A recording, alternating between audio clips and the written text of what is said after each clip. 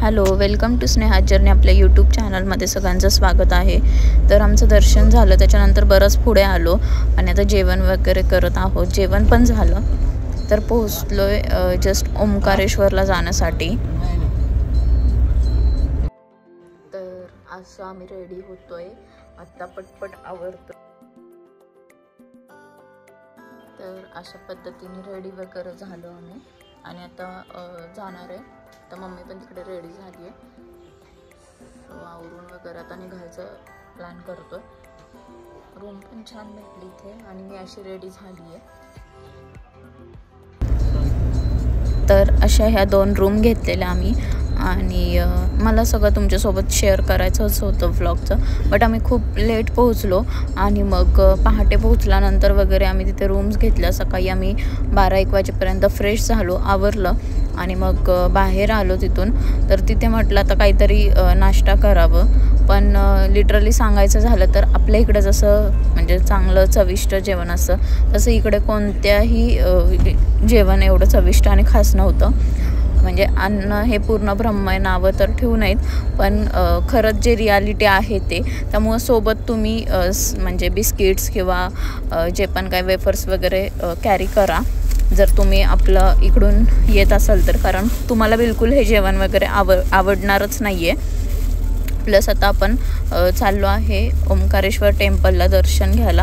आता बघू गर्दी वगैरे किती आहे, कारण की पुढे पण आम्हाला पुढचा पण प्रवास वगैरे करायचा आहे. तर सगळं आम्ही असं म्हणजे ठरवलेलं आहे की ह्या दिवशी हे झालंच पाहिजे किंवा एवढा वेळ आपल्याला इकडे द्यायचा आहे. तर आता इकडे आम्ही सर्वांनी गंध वगैरे लावून घेतलेत. तर बघूयात नर्मदा म्हणजे ते पलीकडे जाण्यासाठी आपल्याला बोटने जावं लागतं. तर आता ते बोटवाले विचारतच होते. तर आम्ही 8 ते 9 जण आहोत. तर ते 9 जणांचे आमचे 8 ते 9 जणांचं सांगतात आहेत की 1200 रुपये वगैरे. तर बघूयात बार्गेनिंग वगैरे करून काही हे. तर बार्गेनिंग करून पण त्यांनी 1000पर्यंतच बोलत आहेत.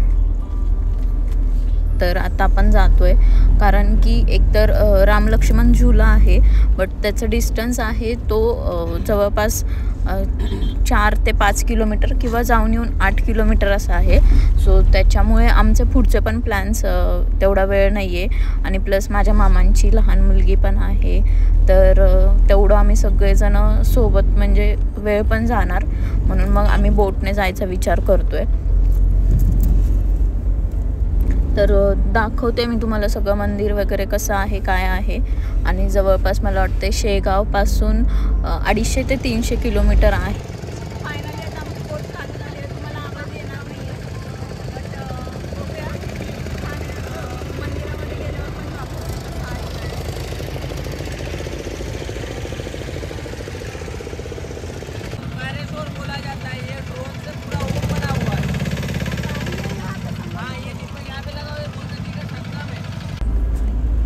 तर नर्मदा आणि कावेरी या 2 नद्यांचा संगम इथे झालेला आहे आणि नर्मदा नदीला खूप पवित्र मानलेला आहे. इकडे आम्ही दिवा वगैरे सोडलेला आहे.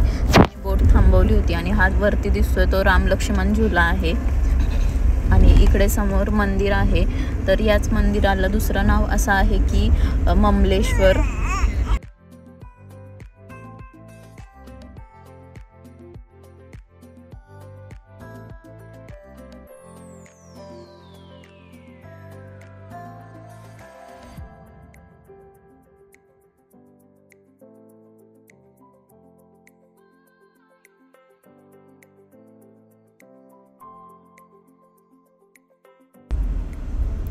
तर आत्ता आपण वरती मंदिरात पोहोचलेलो आहे आणि खूप मोठी अशी लाईन आहे.